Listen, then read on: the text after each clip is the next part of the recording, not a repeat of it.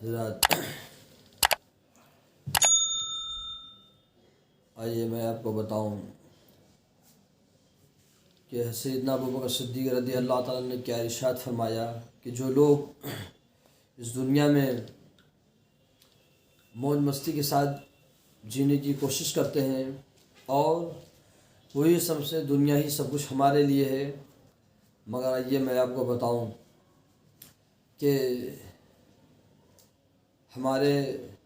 بزرگان دین کی دنیا میں کیا سوچ وہ رکھا کرتے تھے، وہ دنیا کے بارے میں کیا کہا کرتے تھے۔ صحابہ کرام رضوان اللہ تعالی علیہم اجمعین کیا ارشاد فرماتے ہیں، رسول اللہ صلی اللہ علیہ وسلم نے کیا ہمیں پیغام دیا ہے۔ آقا دو جہاں صلی اللہ علیہ وسلم نے ارشاد فرمایا، یہ دنیا، یہ قبر پہلی منزل ہے، جو اس کو پار کر گیا وہ سب کو پار کرتا ہوا چلا جائے گا۔ اس سے صحابہ کرام رضوان اللہ تعالی علیہم اجمعین جب قبر سے کبھی گزرا کرتے تھے تو قبروں کو دیکھ کر کے رویا کرتے تھے، انہیں آخرت کی یاد آ جایا کرتی تھی۔ اسی لیے رسول اللہ صلی اللہ تعالی وسلم نے ہمیں حکم دیا تم قبر پہ جایا کرو، اس لیے قبر پہ جانے سے آخرت کی یاد آتی ہے اور موت کا تصور پیدا ہوتا ہے، دنیا سے بے رغبتی پیدا ہوتی ہے۔ تو سیدنا صدیق اکبر رضی اللہ تعالیٰ عنہ کیا ارشاد فرماتے ہیں، آپ نے ارشاد فرمایا، ابوبکر صدیق رضی اللہ تعالیٰ عنہ کیا ارشاد فرماتے ہیں کہ جو شخص اعمال خیر کے بغیر جو تو چلا جائے دنیا سے، قبر میں چلا جائے، وہ ایسا ہے جیسے بغیر کشتی کے سمندر میں سوار ہو جائے۔ اسی طرح ظاہر سی بات، جب کوئی بغیر کشتی کے سمندر میں چلا جائے گا تو ڈوب جائے گا۔ اسی طرح سیدنا ابوبکر صدیق رضی اللہ تعالیٰ نے ارشاد فرماتے ہیں تو جو شخص بغیر اعمال خیر کے قبر میں چلا جائے، اسے اللہ رب العزت نے زندگی عطا فرمائی ہے تو نیکیوں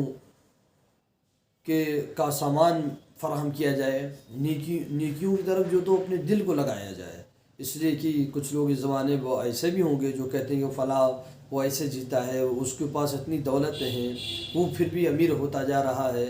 وہ تو نماز نہیں پڑھتا، وہ تو روزہ نہیں رکھتا، وہ تو اللہ کی نافرمانی کرتا ہے، وہ کیوں جو تو اتنا امیر ہو رہا ہے۔ تو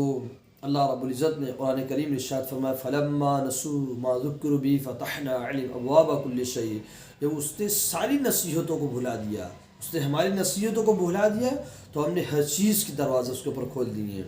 رزق کے دروازے، شہرت کے دروازے، ہم نے ہر چیز کے دروازے کھول دیے۔ تو یہ تو اللہ رب العزت نے اس لیے دنیا میں بھیجا ہے کہ جو کافر اللہ کی نافرمانی کرے، کھڑے ہو کے پیشاب کرے، وہ جو بھی کرے اس سے بحث نہیں ہے، مگر اللہ اس کے رسول نے ہمارے لیے ایک دائرہ کھینچ دیا ہے، اس دائرے کے اندر ہمیں رہنا ہے۔ اس دائرے کو جہاں ہم نے پار کیا تو آپ بس سمجھ لیجئے کہ جو تو ہمارے لیے خطرہ ہے۔ کافر کے لیے کوئی قانون، کوئی وہ نہیں ہے، کافر جیسے چاہے ویسے جیے، کیونکہ تو اس کا تو ایمان ہی نہیں ہے۔ مگر ہمیں اللہ، اس کے رسول، اللہ رب العزت نے ہمیں رسول اللہ صلی اللہ علیہ وسلم صدقے میں ایمان عطا فرمایا ہے، اسی لیے ہمیں شریعت کے دائرے میں رہنا ہے۔ تو یہی وجہ ہے کہ جب انسان قبر میں جائے گا، جب لوگ دفن کر کے مردے کو چلے جائیں گے تو ایک منکر نکیر اپنے دانتوں سے، بڑے بڑے دانتوں سے قبر کو چیرتے ہوئے قبر کے اندر داخل ہوتے ہیں اور مردے کو جھنچوڑ کر کے بڑی سختی کے ساتھ ایک سوال کرتے ہیں، من ربک، تیرا رب کون ہے؟ ما دینک، تیرا دین کیا ہے؟ ما کنت تقول فی ھذا الرجل، اس مرد کے بارے میں کیا کہتا ہے؟ آپ ذرا تصور فرمائیں مسلمانوں، نماز جو چیز سب سے افضل ہے وہ پہلے پوچھی جاتی ہے، جو سب سے اہم ہے وہ سب سے پہلے پوچھی جاتی ہے۔ نماز کا حساب قیامت میں، روزے کا حساب قیامت میں، حج کا حساب قیامت میں، مگر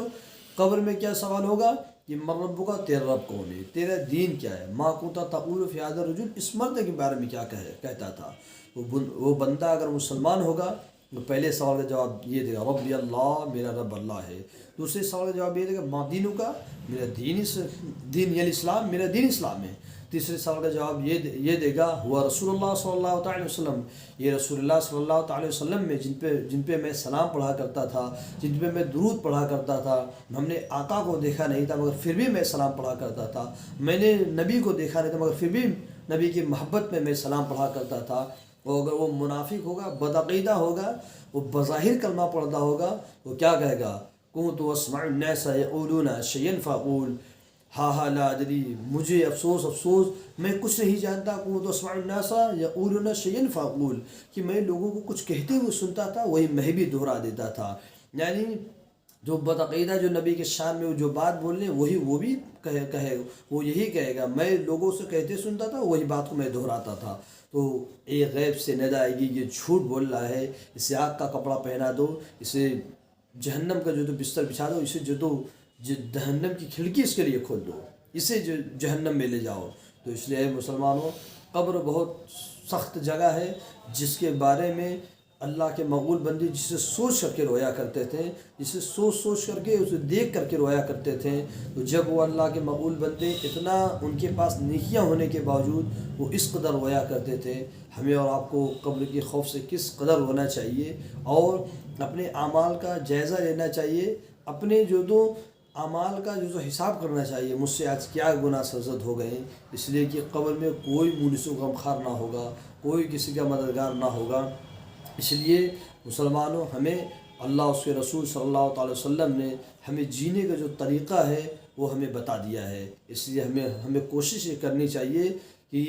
آج کسی کا بیٹا بھی کسی کا ساتھ نہیں دے گا، جب وہ قبر میں چلا جائے گا، وہ قبر میں مٹی دینے کے بعد دوبارہ نہیں جائے گا. وہ سنی صحیح العقیدہ ہوگا، اس کی اولاد ایک مرتبہ چلی جائے گی، مگر جو بدعقیدہ ہوتا تو اپنے باپ کو دفن کر کے وہیں پہ پھینک کے چلا آئے گا اور کہے گا اب تو میرا باپ جو تو کام ختم ہوگا، اب کیا ہوگا قبر پہ جا کے. اور جو سنی صحیح العقیدہ ہوگا وہ ضرور اپنے باپ کی قبر پہ جائے گا. اس لیے اپنے سے بھی اعمال ہم نیک اعمال کر کے جائیں، اور اگر کسی نے اولاد اس طرح کی چھوڑی جو والدین کے نام سے صالح صاحب ہو رہی تو بہت اچھی بات ہے. اس لیے ہمیں اللہ اس کے رسول کے فرامین پہ عمل کرنے کی کوشش کرنا چاہیے.